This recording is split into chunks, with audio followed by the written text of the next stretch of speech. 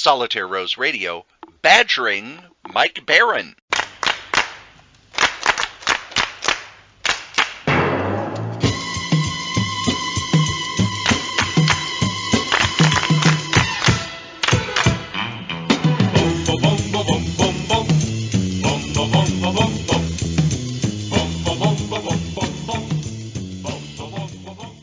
This is the second time I have interviewed Mike Barron. Wanted to talk a little about it. I interviewed him a while back.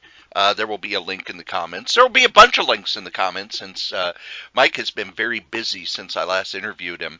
When I interviewed him, he had written Helmet Head and I think was doing a beta read for the first biker novel. He's now up to 7 biker novels, a number of other novels, did a Kickstarter for a Nexus novel, and now he's doing a Kickstarter for a Badger novel. And I'd really like it if you guys would go and sign up for that Kickstarter, because the Nexus novel was so good. It told a story that couldn't have been told in comics, and the Badger novel sounds just as good. Nexus and Badger, 2 of my favorite characters from the 80s, and Mike has a very unique voice in both comics and in prose. His prose is it's lean, it has a point of view based on the character involved. The Florida Man novel was incredibly hilarious. We talk about that. But Badger is one of those characters that is such a unique character in comics. I think it will translate really well into prose. But I want to tell a little about where this story came from. Well, where the interview came from. What it was, one of my friends on Facebook said, "Hey, I've got this guy. He's won a couple Eisners. And he's looking to publicize his novel, and I was wondering if you'd interviewed him." And to be honest, I haven't had a lot of time for interviews, because with the COVID, both my jobs, I'm essential. The group home, I may have a week off here or there, and then all of a sudden a staff will quit or a staff will get infected, and I will be called in for a ton of time. And at the office job, we work in benefits, and that has just, the number of calls you get about medical coverage now has exploded. So I've really kind of put all the other podcasts other than Crazy Comics and Stories on the back burner, because I've only got so much bandwidth. But this guy said, "Oh, here's this guy." So I said, "Okay, why don't you introduce me to him?" And he says, "Cory, this is Mike Barron." Well, I'm friends with Mike Barron on Facebook. I interviewed him before. We've had some conversations online, and I'm a big fan. Big fan. I remember I picked up Nexus, the issue 3, the magazine size with the flexi disc, and the art by Steve Rude was fantastic. But the story kind of blew my mind. It was like, oh my gosh, this is like nothing I've ever read before. And then Nexus went over to First Comics, and I think Capital had an issue of Badger. But Badger was kind of my jam. I really enjoyed the mix of humor and action and weirdness and mystery, and it was this weird pot of things that shouldn't work. It's a mentally ill Vietnam vet who has multiple personalities, one of which is a costume character who dresses up in a costume and fights crime in a world without superheroes or supervillains. He becomes involved with a 6th century druid wizard named Ham, and they have adventures. And it's one of those things that should not work, but it does. And do yourself a favor. Go, if you haven't read Badger before, go to the back issue bins. Grab just some random issues. You've got beautiful art by Stephen Butler and other people. Ron Lim did some covers back then. He's tried to bring it back a couple of times with miniseries at Dark Horse and then at the new version of First. But I'm really looking forward to this novel. And when I saw, Mike Barron's doing a Kickstarter for a Badger novel, I will interview him and I'll put it together. And so on a Monday night after I've worked, an 11-hour shift at the office job, Mike and I chatted for an hour. I'm going to mix this thing so that it's up and available Wednesday. So as of today, you got 10 days to go over to that Kickstarter and pledge to get it. There's all sorts of great art and coloring books and stuff. But if you just want a good read, pledge the $4 to get the ebook. And then go to Amazon and just look through. There's 7 biker novels. The 2 Florida Man novels are fantastic. The Nexus novel is available. There are other novels by Mike. He's one of the guys who's transitioned out of comics into novels and has done a great job on it. And every time I talk to him, I learn stuff. And here's the interview. Well, I did some looking on your Amazon page. Yeah. Last time we talked, you had just finished, let's see, Helmet Head. Wow. Red. And Biker. And now Biker is up to 7 books. Florida Man, 2 books. Yeah, I just turned in the 8th book. So, you are one of the few people who have kind of really embraced the modern era of ebooks. And when I read your stuff, well, Florida Man's different. We'll talk about that in a bit. But you've really embraced that feeling of 70s adventure fiction that was, so prevalent in the past. And Biker really feels like it should be published by Pinnacle back in 1975. Oh, thanks, Cory. So what I thought we could start with is you, much like with Nexus, are turning Badger into a novel. Yeah. And you're doing it via Kickstarter. So where did the idea for doing Nexus and Badger as novels come from? Well, it started out with a Nexus novel because years ago, dude asked me, what's the ultimate Nexus story? And I said Nexus versus Galactus. But we couldn't use Galactus, so I created my own, Gormondo, and I wrote it. And I gave it to the dude. And he changed every line. And I wasn't too happy with that because I felt he was missing the story. And because I had done it in such detail, I had a detailed outline for the novel. So I wrote the novel.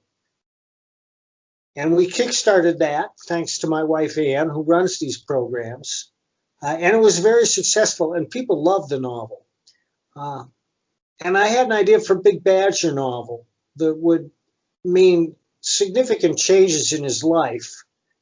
The most important of which is he quits working for him and he opens his own martial arts studio. But that's just the start of the book. It doesn't really indicate the scope of the adventure, but I find writing these comic characters as novels incredibly liberating.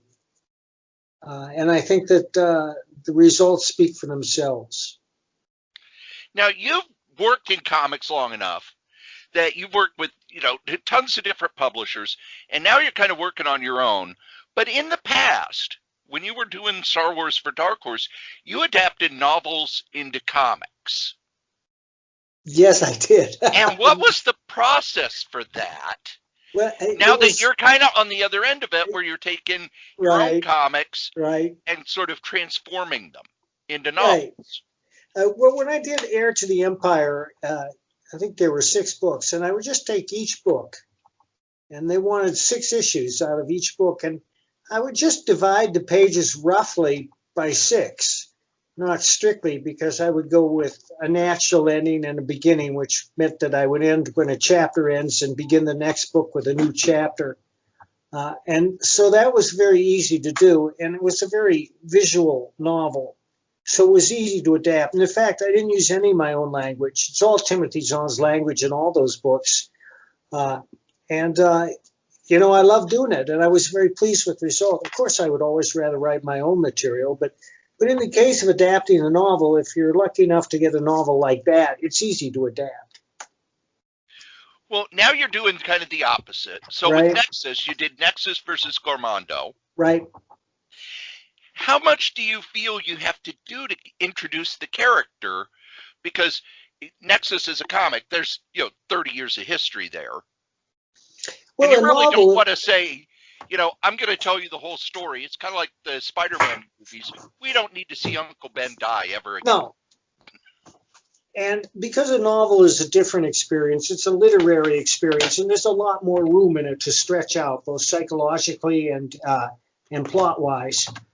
So I'm able to bring the reader up to speed along the way. I don't do a big info dump.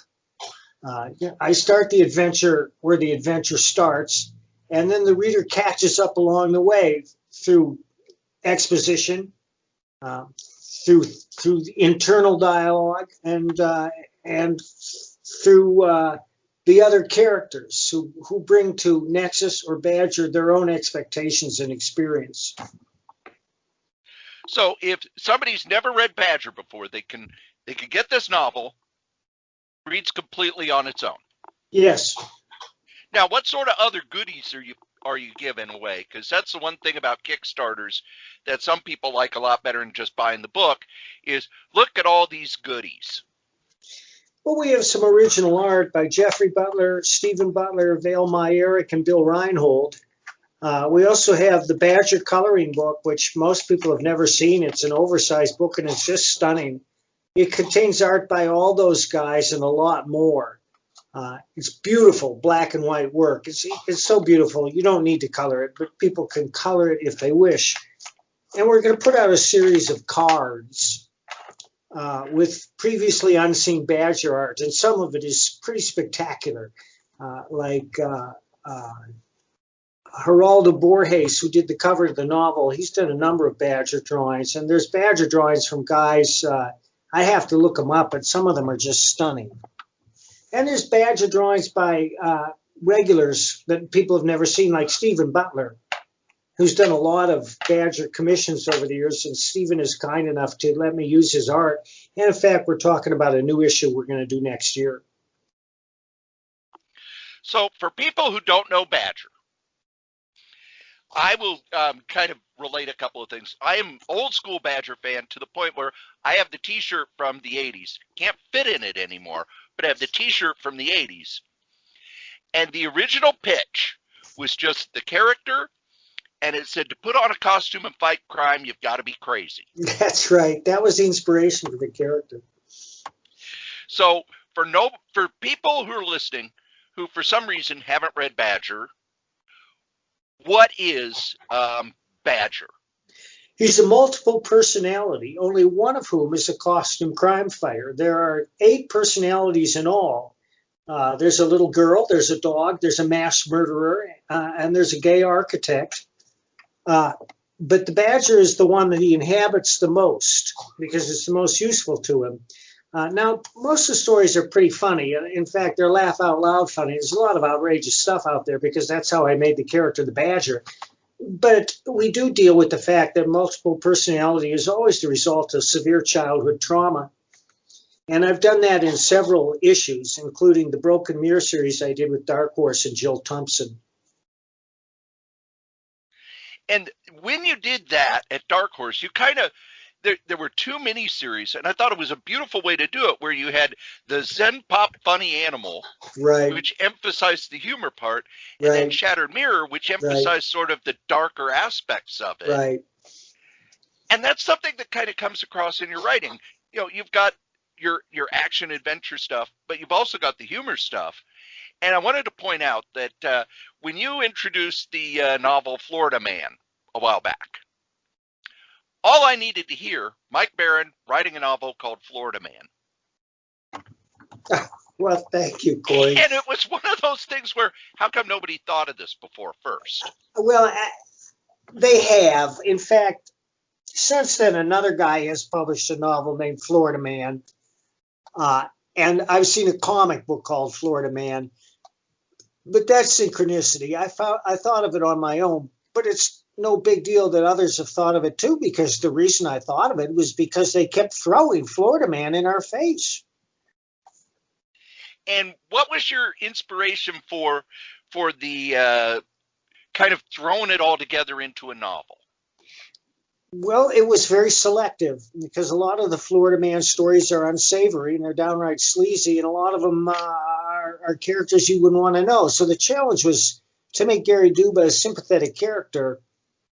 And I think I've done that in many ways. He's the most admirable character in the book, but he does embody certain traits. He's got a hair-trigger temper. He likes to get high. He likes to drink. He's always looking for a fast buck. and he makes a lot of bad decisions. So the book kind of follows him on a picaresque journey as he seeks his fortune with one disastrous choice after another, and somehow he keeps coming out smelling like a rose. Now, when you're putting this stuff together, is it different gears you use for comedy or drama, or is it sort of you use the same writing backbone, and then how you tell the story is where the comedy or drama come from?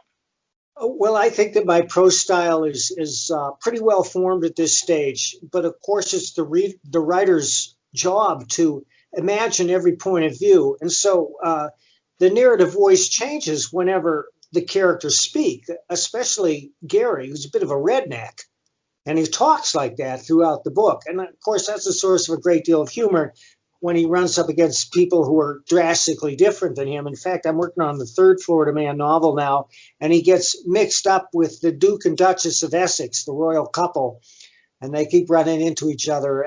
And there are a lot of misunderstandings, let me just say, but it's pretty funny.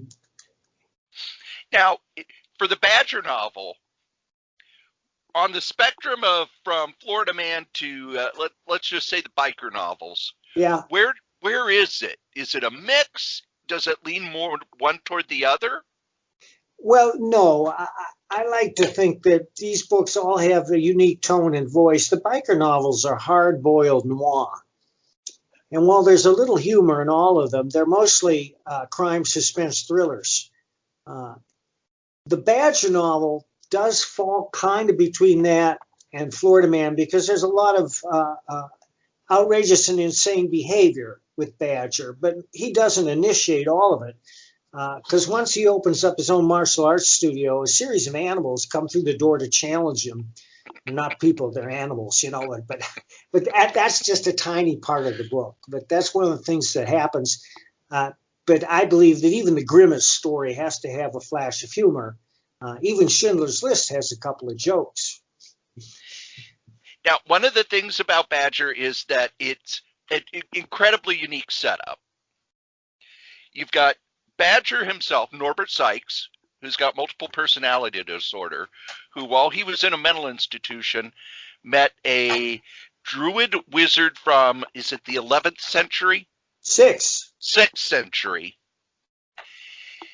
And their therapist comes with them when Ham decides he's had enough time in the asylum that he's going to set up a business. Right. So you've got Badger with his world, Ham in his world. I can't off the top of my head remember the therapist's name. Was Daisy Emily Fields. Daisy, that's right, Daisy, who kind of she circumnavigates these two. Yeah, well, there's a reason that you have this clash of worlds. It's because when I originally approached Jeffrey Butler about doing a comic, he said, sure. And I said, well, what do you like to draw? He said, well, I like to draw druids. So I wrote this 10-page story about a cantankerous 6th century Welsh druid who was so obnoxious. The other druids took up a collection and hired some Vikings to drop him off the edge of the earth. And we took that in and showed it to the boys at Capitol. And Milt said, no, we want a costume crime fighter. And Jeff said, well, I'm not going to waste these pages. They're too good. And I said, fine, we'll start the book with them and we'll work Badger in later. And that's how Badger met Ham. And then you've had stories that deal with Ham's world and the druids kind of coming back or other magic things. Or all these different aspects of the Badger where he's, dealing with other martial artists. He kind of makes friends with people without quite knowing how they got into his life, which I always find interesting. Right. And then animals are just drawn to him. Right. That's his only superpower. You've got a lot of fantastic elements. And a lot of crime fiction, people who tell you how to write crime fiction or other fiction like that say you're allowed one sort of unbelievable thing. Well, I've never heard that before. We all make up our own rules for writing. Tons here. how is it when you're putting this together? How do you kind of lead the reader into understanding the complexity and oddity of this world that they're in?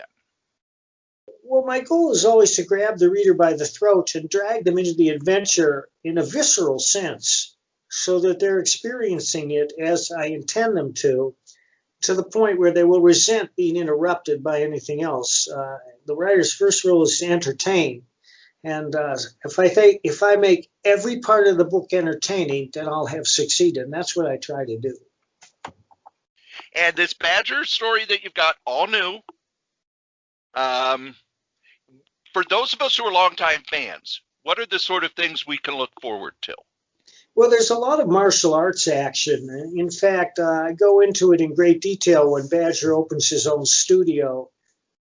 And I think people are going to love that because it's the real deal, and you'll be able to sense it's the real deal when you read it.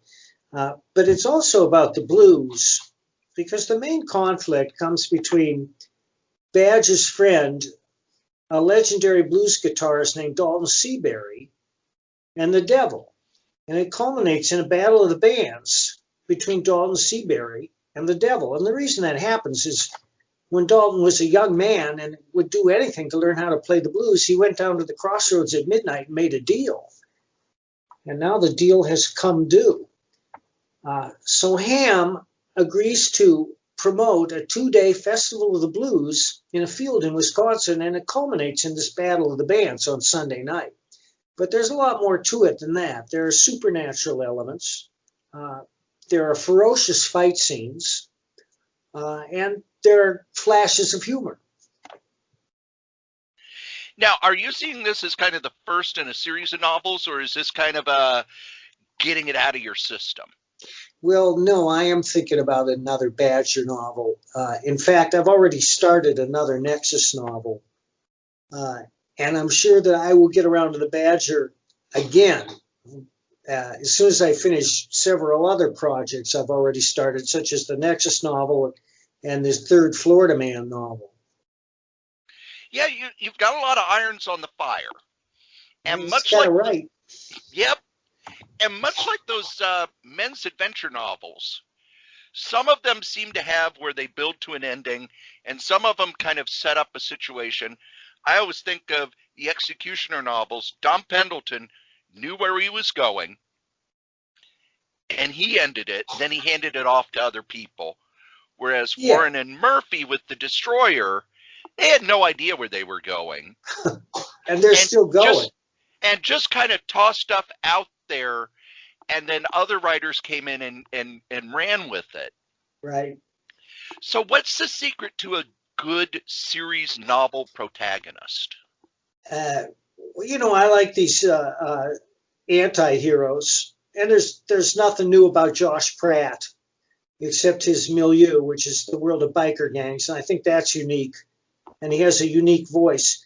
But the reason I'm writing is because of John D. MacDonald and his Travis McGee novels, which to me set the tone and the mold. But they weren't even new then. I mean, Philip Marlowe preceded Travis McGee, and so did the Continental Law. But you know who they are. They're tarnished knights who must go down these mean streets, helping those who can't find help anywhere else. And that's what Josh Pratt is. He's a court of last resort. He's one of those tough guys with one foot inside civilization and one foot outside. When you've been done an injustice and you can't get satisfaction anywhere else.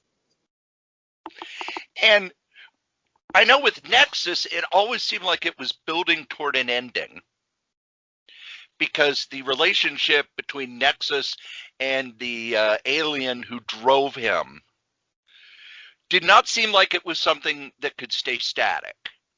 Well, it has changed.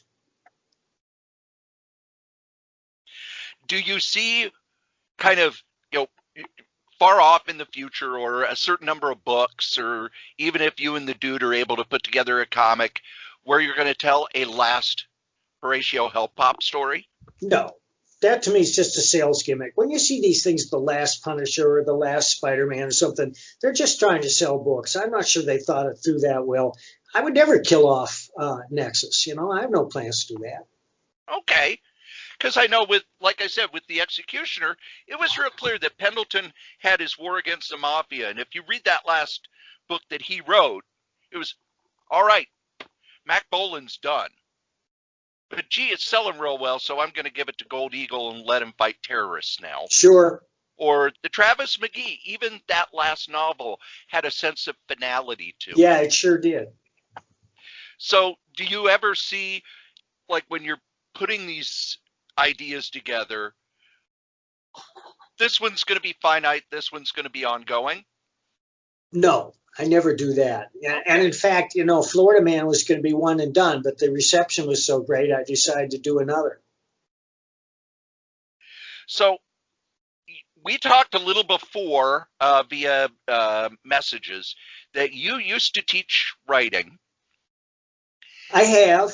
And you want to do it again. Yes. So let's dig in a little on that. When you first started putting stories together in your head and first started writing, who were the authors that you looked to for kind of, this is the guy who does it right, I need to kind of pick it apart and see how it works? John D. MacDonald, Carl Barks, and Philip Jose Farmer.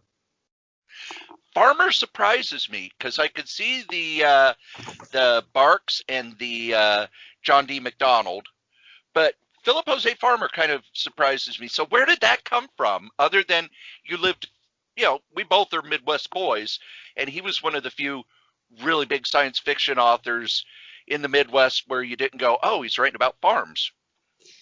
I think it was his imagination, his far-ranging imagination, especially in the World of Tears series, which taught me to think big in terms of imagination, mostly in science fiction, but in anything as well. Because MacDonald, when you boil MacDonald down, Travis McGee isn't fighting huge injustices. No. It's something very personal. Right. And that really comes across in your Badger stuff, because Badger, while Ham is dealing with the big stuff, Badger himself always seems to focus in on something small, some small injustice. Yeah. Yeah, it's a more personal thing. It's not a star-spanning saga. It's not a vast world-building enterprise, which Nexus is. Badger's personal, And one of the reasons is that when he's the Badger, he's most functional, but the Badger personality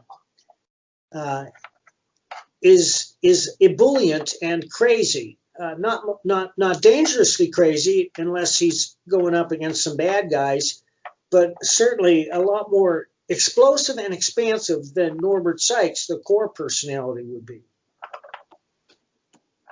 Now, when you were doing the comic, you tended to deal with the multiple personality in waves. There were times you would really dig into it, and times it would kind of be far in the background.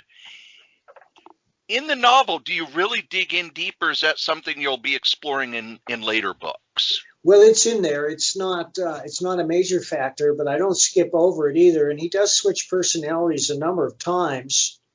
And for example, he's bouncing at a bar, and they put on Barry Manilow's At the Copa, and it triggers the Max Swell personality, because Max loves to disco down on the disco floor. And fortunately, Mavis is there, and she gets the DJ to put on a blues, which brings him back to Badger. That's one other thing that's really shows up in your writing a lot is music. There's a lot of music in the Badger novel. I'm a big blues fan. I've been listening to the blues my whole life, and I describe it in the novel. And I have some notable sidemen who play with Dalton Seabury, including Richard Davis and Clyde Stubblefield. Now, I knew both those guys. And for people who don't know, Richard Davis was a great jazz bassist who taught at the University of Wisconsin. And Clyde Stubblefield was James Brown's drummer, and has been credited with creating the whole funky drum sound. And they're no longer with us, but that doesn't matter in a Badger novel. Yeah, course not. War and Oates is in there too. Oh, good. You are the man who got me to watch Bring Me the Fred of Alfredo Garcia. Yeah, great movie. Oh, and I followed that into a whole subgenre of film.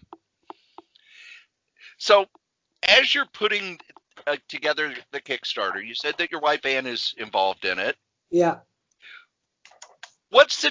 How do you choose what you're just going to publish yourself, what you're going to work with Kevin J. Anderson on, and what you're going to do with Kickstarter? Well, I talked that over with Ann, and in fact, this was her idea. It was her idea to publish the Nexus novel, and that turned out great. I think we had a lot more followers with Nexus, but I think we're going to make our goal here because we're like 80% funded. I think we have 12 days to go. What did I just add? Oh yeah, I just spoke to Steve Root today, and he's going to supply us. He's going to supply us with a new Nexus drawing, which we're going to include on a separate sheet. Excuse me, a badger. He's going to do a badger. Yep, because you've got up the one he did ages ago, I think back at first, to announce that he was doing it. Man, I love that drawing too. Which drawing was that? The one of Nexus and Badger. Oh, that's on the cover of the Comics Journal. Yeah. Yeah. But so now the stuff you do with Kevin J. Anderson Publishing. Yeah. And the self-publishing. What is sort of the thing that triggers you to go to him or to publish it yourself through Amazon? Well, Kevin has published 2 of my horror novels, and it's not that I don't think anybody else would do it. It's just that I asked him if he would, and he said that he would, because his imprint is associated with fantastic fiction, be it science fiction or fantasy or horror. So he's the guy I went to with those, and they're both terrific novels. The Banshees and Scorpio. Banshees is about a satanic rock band that comes back from the dead, and Scorpio is about a ghost who can only be seen under a blazing sun. And also Helmet Head that you mentioned, which is Nazi biker zombies. That's all I got to say about that. And that's enough for a certain demographic. Nazi biker zombies. That's what it's about, folks. That's what it's about. And I don't even have though any it says movies. Nazi biker zombies, you're pulled up to that, so that when it showed up, really has more impact than if it would have been right at the beginning. Yeah, well, I mean, it was in retrospect that it became Nazi biker zombies. First, it was just an image, and then I had to write the novel around it, and I'd have to go back and see if I even had an outline for that. I used to just sit down and write without an outline, but now I'm a big believer in outlining. We talked about that last time, how you used to kind of go seat of your pants. Right. Exploring while you write. Now you're very detailed with your outlines. Well, not real detailed. I mean, sometimes they'll run 10 or 12 pages, and that's a really big outline for me. It's single space, but like Ken Follett has 100-page outlines, and Kevin has huge outlines. I'm sure his outlines run to 100 pages. So I feel like I keep going off on rabbit trails. I want to get back to the writing classes you do. When you do your writing classes, and I really hope that you start them up again. Well, thank you. What are sort of the pieces that you give to get people started? Because I know an interviewer is not supposed to talk about himself. I took every creative writing class I had for high school and college. Not once did anybody mention the 3-act structure. No. I mention it when I say that a story is a dynamic narrative with a beginning, a middle, and an end. And that's where I mention it. But to me, the first and most important lesson is, what is your story about? And I teach people how to describe their story in an exciting and enticing manner. Because when somebody asks you that question, you have to be ready. You can't hem and haw. and use cliches and fall back on generalizations. So you have to have a blurb. And if you want to know what a blurb looks like, just go to Amazon and look at the blurb for any Travis McGee novel. And do you start with sort of the plot kind of half formed into your mind, or do you start with characters and build the plot around them? Well, now I'm working with characters when I'm writing Josh Pratt or Gary Duba. And as you know, when you create a compelling character, at some point he turns around and tells you what he's going to do next. But I also, as I say, I work up an outline where I try to arrange all my ideas in a dynamic manner. And by dynamic, I mean that the situation is constantly in flux and always in question. Because if the protagonists were leading a perfect life and everything was going smoothly and the weather was good, there'd be no story. So I work up that outline and I start following the outline. But invariably, the story changes. It veers away from the outline when the character turns around and starts telling me what he's going to do. A lot of people don't understand that phrase, because I actually was writing a novel once, and the lead character all of a sudden made a bad mistake, got injured, and became a secondary character. And people were saying, well, what do you mean? You're the one writing the story. But that's what happened. Right. Is that when you can tell that you're really doing a good job, when the character starts dictating the action rather than vice versa?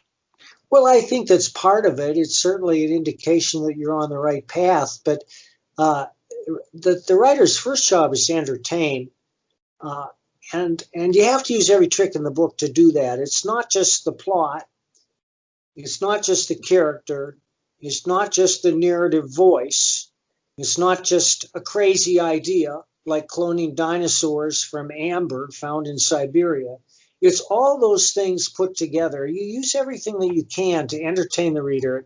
One thing I'm careful of is that every part of the story has to be entertaining. You can't bore yourself or you're going to bore the reader. There are no flat spots in my novels. As I always say, my goal is to grab the reader by the throat and drag them into the narrative to the exclusion of all else. Now, when you worked in comics, one of the dictates that the old school editors had is kind of a cliffhanger at the bottom of each page. The bottom right-hand page should be something that makes the reader turn the page. Well, in books, you talk about being dynamic about it. Is that hard for you, or is that something that if you've done it enough, you kind of just, it's a skill, it's kind of a muscle. You lift that weight long enough and the muscle grows? Well, I think the latter, because the essential question in all fiction is what happens next. Now, when you're working on a comic book, you divide it up into panels, and it's a lot of guys don't know what happens next. So you get page after page of talking head and philosophizing and weird little asides that don't advance the story. But I always ask myself, how does this panel advance the story? And it's the same when you're writing prose, is what constitutes story? And after a while, you just get a sense of what is story and what isn't. And you stay away from the digressions that aren't story so that everything works toward the story. Which, if I may say, is kind of the opposite of John D. MacDonald, because the Travis McGee novels are so beautiful in that a lot of it is Travis looking at the world and commenting on the world. That's story. That's part of his appeal. I know you're thinking, well, it doesn't really directly advance the plot in the sense that it doesn't bring him any closer to somebody like Junior, whom he's gunning for. But that's the narrative voice, and that's a part of the entertainment, a seductive narrative voice. And that's one of the reasons I love MacDonald so much. And a lot of people took him to task for that and said, oh, you're not advanced. It's not tough enough. It's not lean enough. But it was plenty tough enough, and it was plenty lean enough. And those asides are some of the things that endeared him to his readers. And that's also the third rule of writing I have, which is be unique. And we're all unique human beings. And when we write, we bring our own world experience and views to the narrative, not to shove them down people's throat, but to entertain and inform. So if it's entertaining, it goes in. And all those asides by Travis McGee are entertaining, so they're part of the story.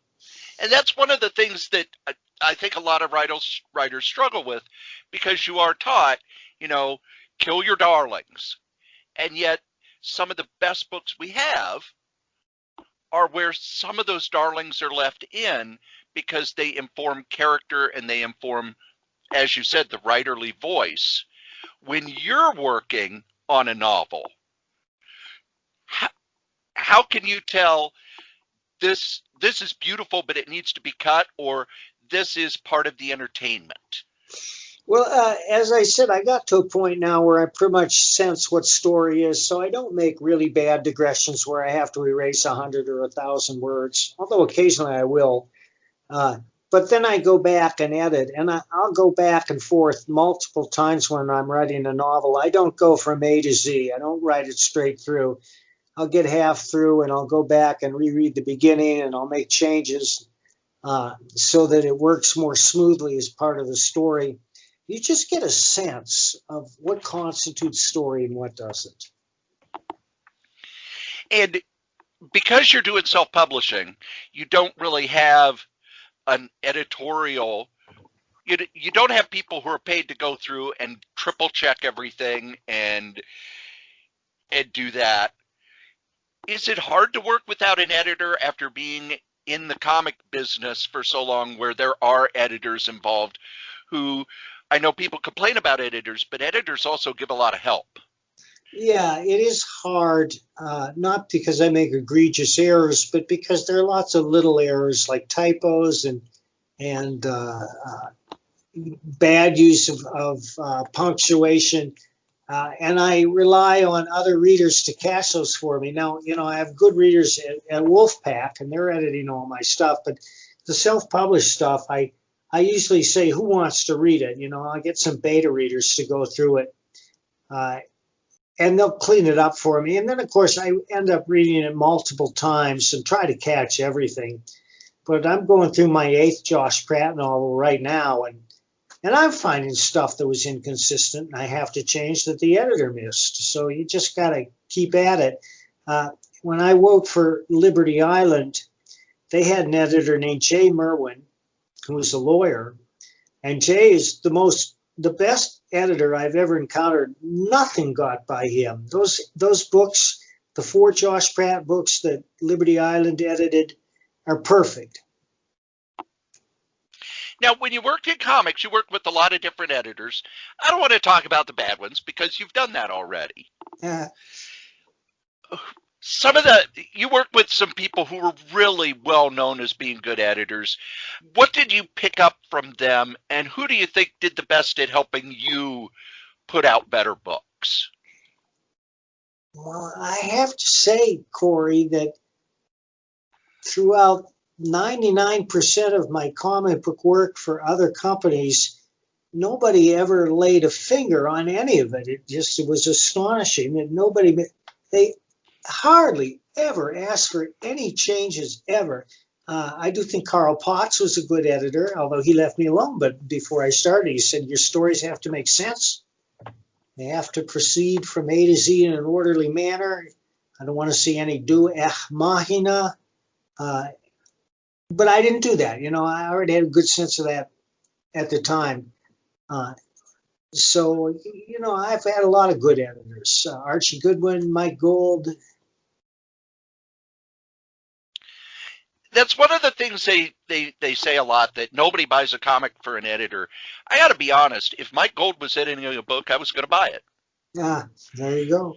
Because you look at the stuff that he put together both at First and then at DC, and he always seemed to get the best work out of people. And it sounds like what you're saying is a lot of them just say, look, do what you do best. Yeah. And then it brings me back to my 3 rules. Number 1, it's my job to entertain.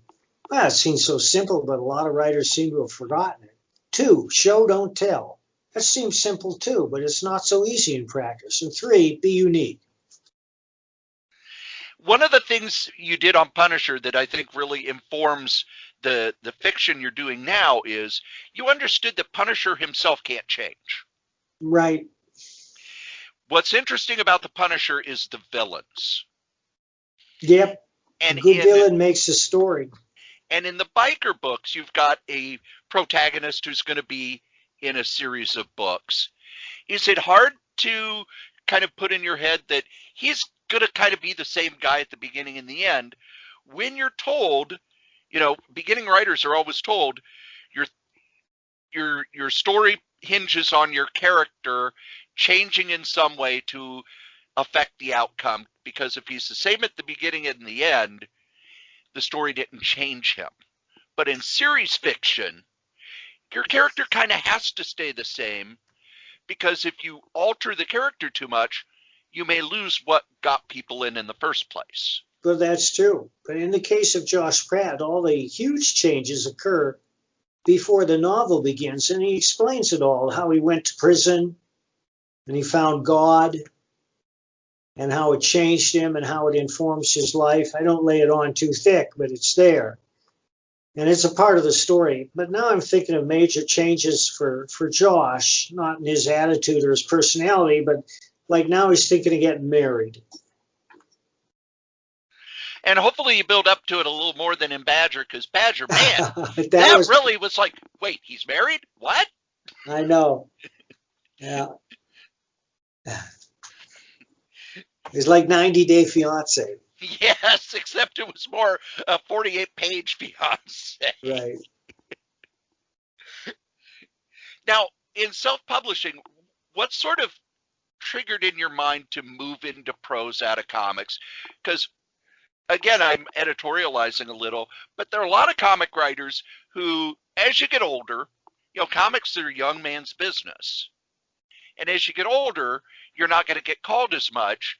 And there are a lot of comic writers who act like, I want to say pro wrestlers, who when they hit their 40s are like, why isn't anybody booking me? Well, because you're older and this is a young man's game. Was it hard for you to kind of say, all right, this is a young man's game, I need to figure out some other way to tell my stories? Or did you always kind of want to move into prose?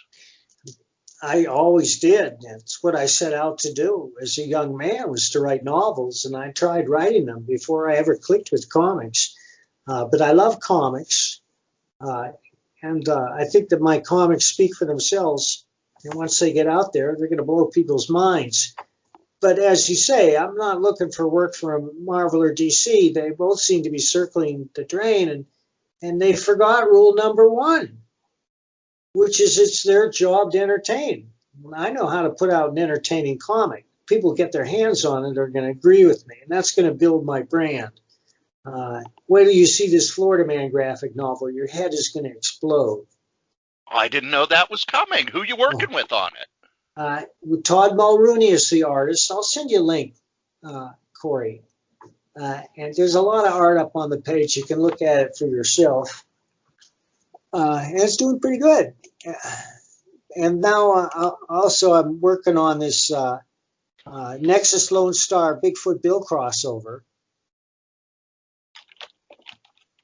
Now, are Nexus and Badger going to come back in print at any point? Because Dark Horse, in the latest previews, they've only got the omnibuses 4, 5, and 6. It looks like 1, 2, and 3 are out of print. Oh, that's just a shame. Well, the dude is planning on publishing his version of the Gormondo epic very shortly. It's finished and it's enormous. It's like 120 pages. Oh man! And Dark Horse was going to publish it, but dude pulled it back and decided to publish it himself. And we're working on that right now. It'll be ready to go shortly after after New Year's. And has the Badger stuff, which I think criminally underrepresented. But then Badger was always kind of the second cousin to Nexus. Nexus always seemed to sell a lot better than Badger.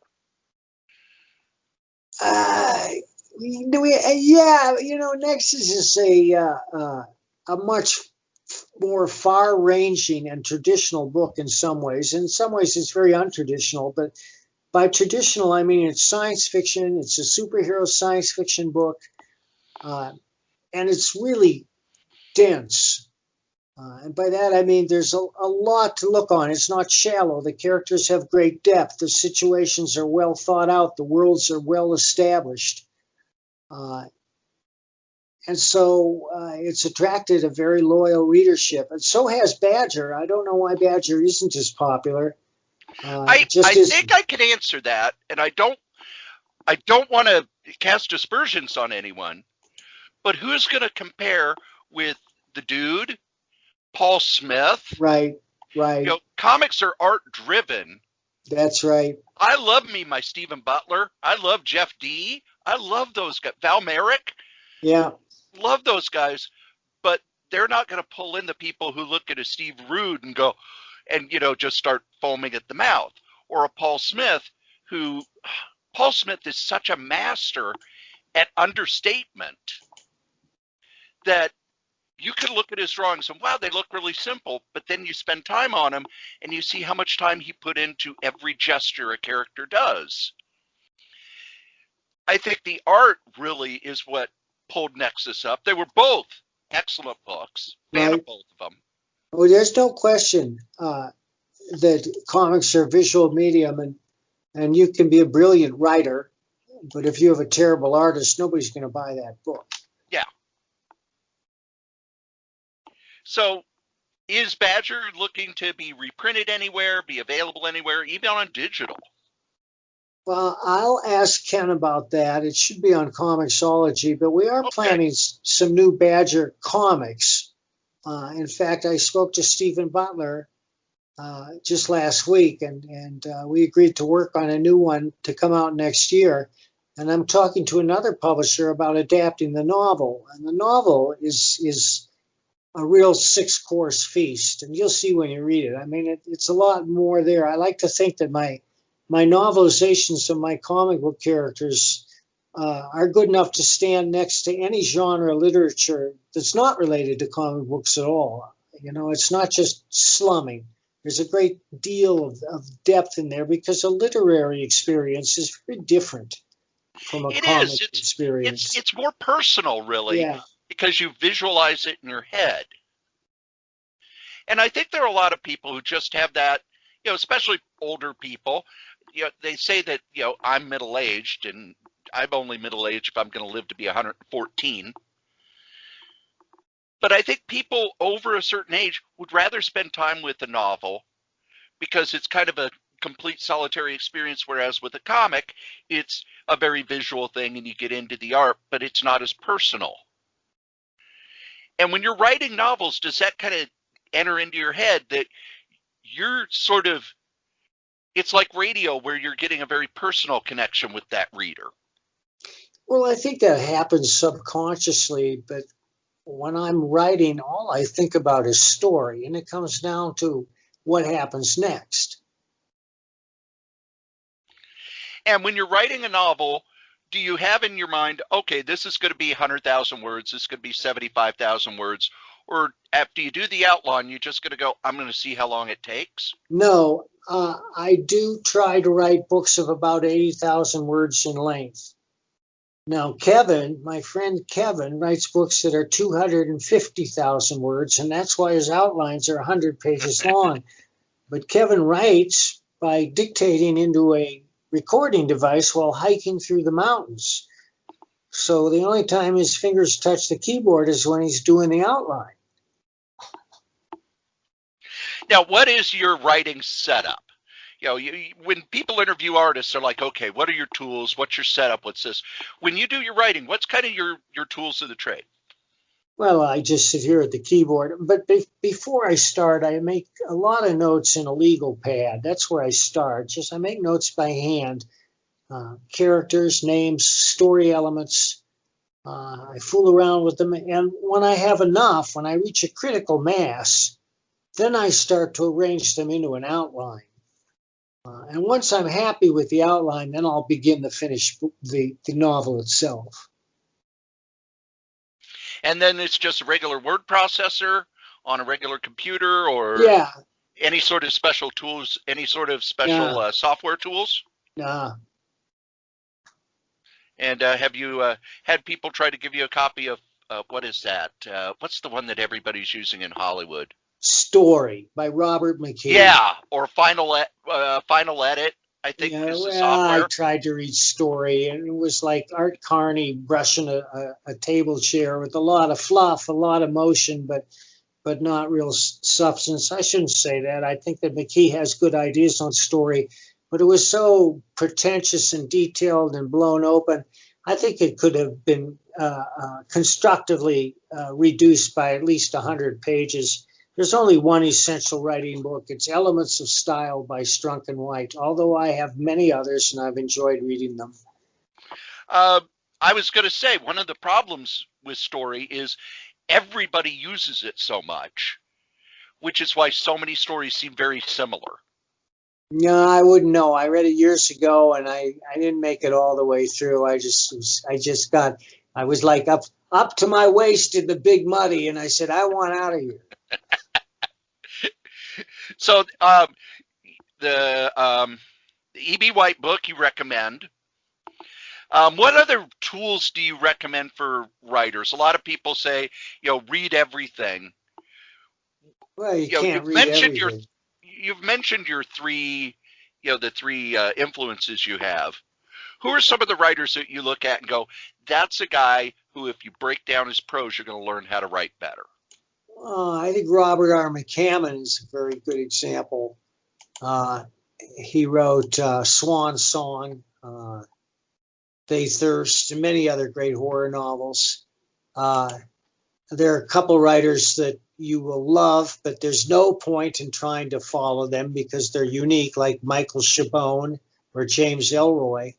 But somebody like Travis McGee or Robert Cray, I enjoy his books, and they have a very style similar to mine, which is, for want of a better word, I would call hard-boiled, although there's no slang in them. Also, Chuck Logan is another writer that I think anybody can understand and get excited by his prose. It's just hard-hitting. He uses language in fresh ways. And so I would recommend those two guys.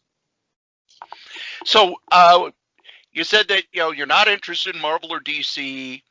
We're looking at Badger and Nexus coming back. And Florida Man is a graphic novel. Any other comics coming in the future? Well, I mentioned the Nexus Lone Star Bigfoot Bill crossover. That's on Indiegogo now. It's called Monster Hunt 2. Let's Get Crackin'. And I'm using Doug Knoppel and Mike S. Miller's characters. They were kind enough to let me use it. Matt Weldon is illustrating.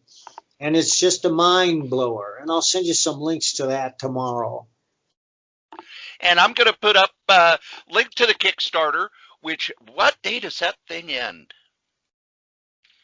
It's doing pretty good. We got a ways to go. We only got like 11 days to go, but I think we're going to make it. If I get on TV or on Zoom every night and act like Jerry Lewis at the telethon, come on, folks. I've been up for 22 hours. Could you imagine you doing a telethon and, much like Jerry Lewis, bringing on the dregs of comics? Close zone. Who've been working at 2 in the morning in Vegas.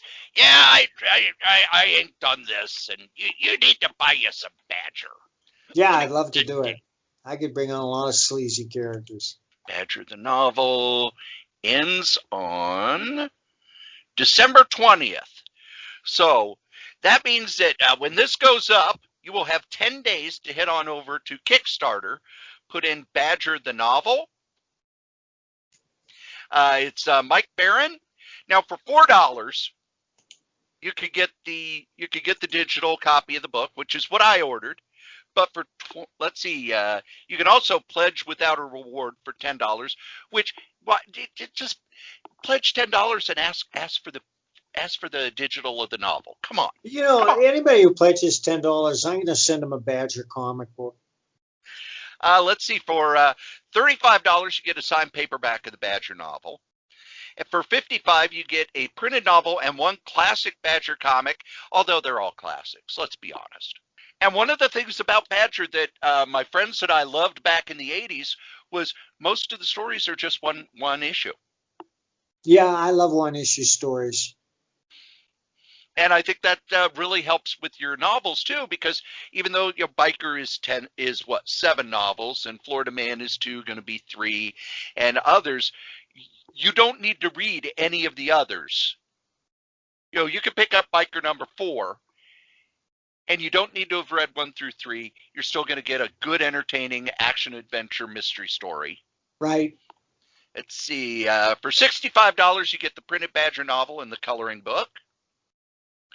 Or you get, let's see, one of the Capital comics.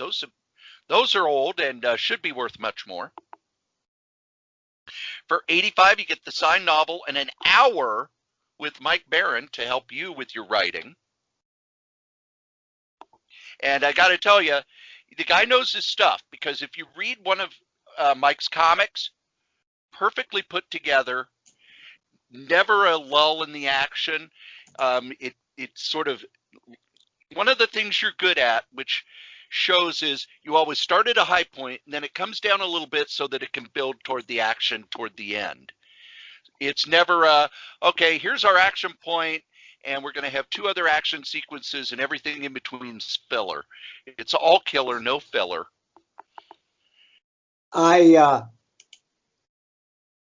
That's because I plot them out ahead of time, and I adhere to my number 1 rule, which is that you have to entertain. Every panel has to entertain and advance the stories. And I think I do that. And even the comedy bits come from character, not because, oh, I've got this great joke I want to cram. Yeah, well, that's very important, because that's what real humor is. The height of humor is absurdity. And every time I would read a Badger comic, the laugh would be much better because the characters were so well defined, especially the clashes between characters, the clashes between worlds were where the humor came from. Nexus, there was humor, but it was there to kind of give you a moment to kind of step back, because the situations were always so big and almost operatic. Yeah. Let's see. For $100, you get a Badger book and a print of Steve Rude art, and you can never go wrong with the dude. For $185, you get a printed novel and the Badger poster. $285, you get a Badger novel and some original art. And then $300 or more, you get 10 signed Badger paperback novels. So let's say you're a comic shop owner. I know that we have a lot of shop owners who listen, because a lot of what we talk about in the regular podcast is what's going on in the business end of things, and how people can, my co-host owned 2 different comic shops. We talk a lot about what you can do to keep your comic shop going, even in hard times. So you can, $300, you get 10 signed Badger paperback novels. And that's your Kickstarter. And you're already thinking about the next book. Always. And then you've got a page on Amazon where you could get your stuff, including some of the old stuff. Even your old Robotech that you that's right, that you adapted is available again. Now, that was kind of like the early days of manga coming to the US. Did you read a lot of manga before you started doing it, or was it like the novels where here are the natural breaks, I need to break this up, each episode's going to be 1 comic? I watched the TV shows. And did you use translated dialogue? I did for regular issues of Robotech Masters, but the Robotech Master graphic novel was original. Okay. And I imagine the company in Japan had a lot of oversight on that. Not that I recall. There was a guy in the States who owned the licensing, and we answered to him, but he hardly ever weighed in. The stories were easy to tell. They weren't controversial in any way, and the fans seemed to like them. And then you also adapted some Kung Yeah, Fu the comics Jade too. Man books. Those are not available now, but you can find them at your local comic shop, and Mike doesn't get a penny for those. So That's all those are right. the last you should buy. Those are the They, last you should they buy. treated me That well. gets royalties on. Well, Mike, this is our second time talking.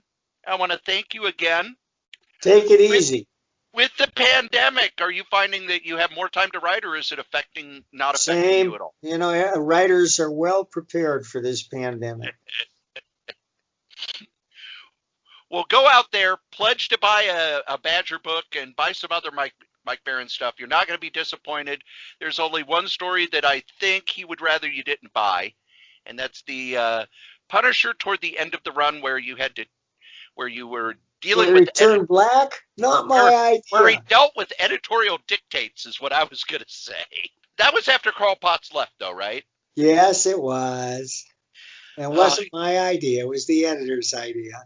Boy, And Carl I Potts. did it, and I'm proud of it.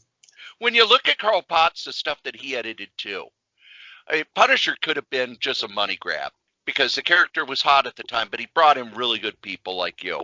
Thank you, Cory. All right, I want to thank you for talking, Mike. And that's Mike Barron, just a working writer. You know, he's a guy who sits down and writes novels, which is why when you look and see how many novels he's put out in the past few years, this is a guy who's got a lot of stories to tell, and they're very well told. During the month of December, I don't run ads. I instead will hype charities that I believe in. And here's the charity I'm hyping now. During the holiday season, we here at Crazy Comics and Stories and the other podcasts in the Solitaire Rose Radio Network turn our ad space over to charities. And the first charity we're going to be highlighting is the Hero Initiative.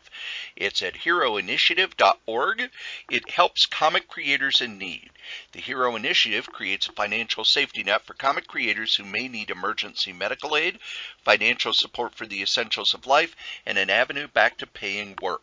Since its inception, the Hero Initiative has been fortunate enough to benefit creators with more than $1 million worth of much-needed aid, fueled by your contributions.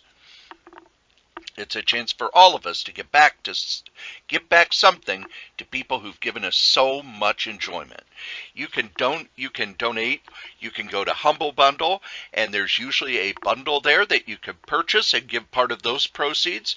There's an eBay site where you can purchase art and books that have been donated, and there are other initiatives that you can get out on heroinitiative.org. That's heroinitiative.org, one of the charities we will be highlighting this holiday season. And with this, Solitaire Rose Radio is back. I don't know what the schedule will be. Don't know what any upcoming episodes will be, but because it's back, I do want to make sure that I'm doing it on a regular basis for the people who enjoy it.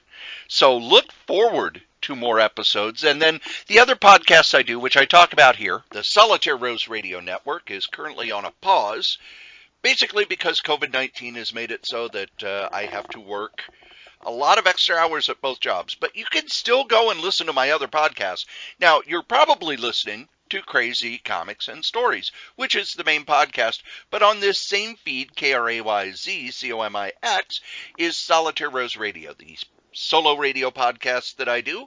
I've done interviews, I've done short stories, I've done all sorts of things, and you can get to it right here on this same feed.